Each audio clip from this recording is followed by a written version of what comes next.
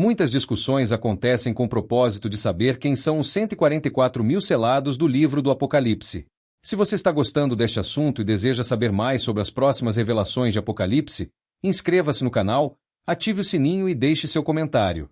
Existem várias interpretações, o que acaba se tornando um dos temas preferidos nos debates escatológicos. Neste texto, conheceremos as principais interpretações disponíveis sobre quem são os 144 mil, e qual delas é a mais coerente com o texto bíblico. A referência sobre os 144 mil selados aparece pela primeira vez no capítulo 7 do livro do Apocalipse. Neste capítulo, João teve a visão de 4 anjos, nos 4 cantos da terra, retendo 4 ventos. Isso significa que um juízo universal estava para desabar, de modo que ninguém seria capaz de escapar. Esse juízo, porém, foi impedido até que os servos do Senhor fossem selados, e o número desses selados é de 144 mil. Em seguida, João faz uma relação modificada das 12 tribos de Israel, onde, de cada uma, aparecem 12 mil selados. Digo relação modificada, porque as tribos de Efraim e Dan foram omitidas, e no lugar foi citado Levi e José. Segundo os testemunhas de Jeová, uma seita herética, os 144 mil é uma espécie de elite da igreja, formada por homens e mulheres que foram ungidos por Deus para serem reis e sacerdotes no reinado vindouro de Cristo, a qual, apenas estes irão morar no céu, enquanto o restante das pessoas que terão parte na igreja recebendo a vida eterna, viverá nessa terra, sob o governo de Cristo. Para eles, essa contagem começou no dia do Pentecostes. Essa certamente é a posição escatológica predominante entre os cristãos. Apenas para entendermos um pouco melhor, é preciso considerar que essa corrente escatológica defende a visão pré-tribulacionista do arrebatamento, ou seja, a igreja será arrebatada antes da grande tribulação. Essa conclusão vem de um estilo de organização e interpretação das profecias bíblicas, o dispensacionalismo, que basicamente divide a forma com que Deus trata com a humanidade em 7 dispensações cronologicamente sucessivas. Para os pré-milenistas dispensacionalistas, Deus tem 2 povos distintos, Israel e a igreja, ou seja, existe completa distinção nos planos de Deus, no tempo e na eternidade, para esses 2 povos.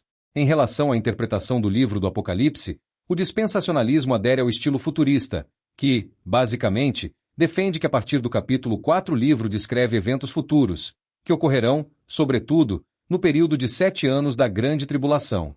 Para os pré-milenistas dispensacionalistas, os 144 mil serão israelitas que estarão vivendo no período da Grande Tribulação, e que se converterão após o arrebatamento da igreja.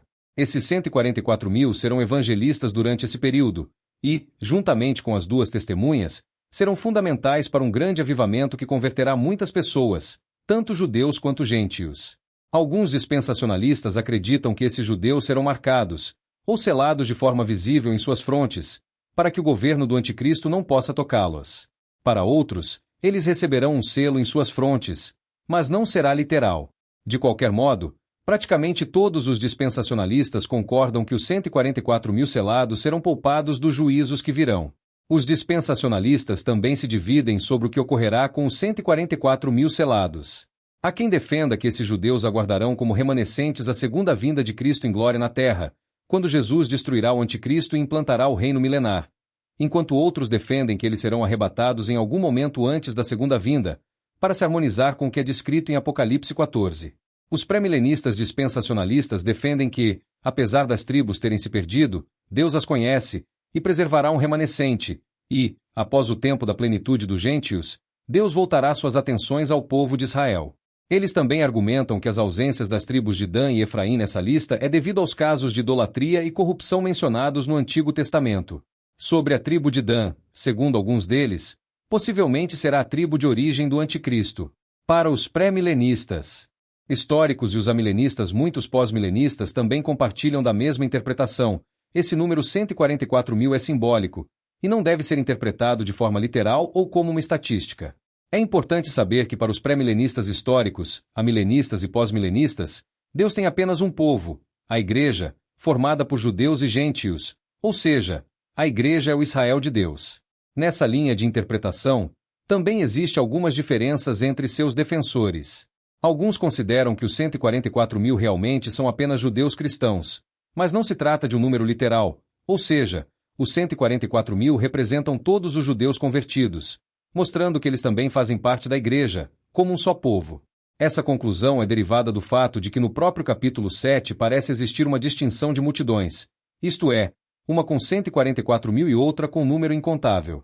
Essa distinção não significa uma separação de povos como no dispensacionalismo, mas apenas uma ênfase para mostrar que Deus tem seus escolhidos tanto em Israel, quanto em todo o mundo, isto é, Deus tem salvos em todas as nações do mundo, mas também tem salvos em Israel, sendo que esses salvos judeus são salvos em Jesus Cristo e pertencem à Igreja. Outros estudiosos defendem que os 144.000 representam toda a Igreja, do Antigo e do Novo Testamento, formada por judeus e gentios. Esse número é obtido da multiplicação de 12 vezes 12. A simbologia dos números em Apocalipse é muito importante, e o número 12 sempre aparece associado ao povo de Deus. Logo, 12 patriarcas representam a Igreja do Antigo Testamento e 12 apóstolos a Igreja do Novo Testamento, ou seja, a Igreja do Antigo Testamento e a Igreja do Novo Testamento formam uma única igreja.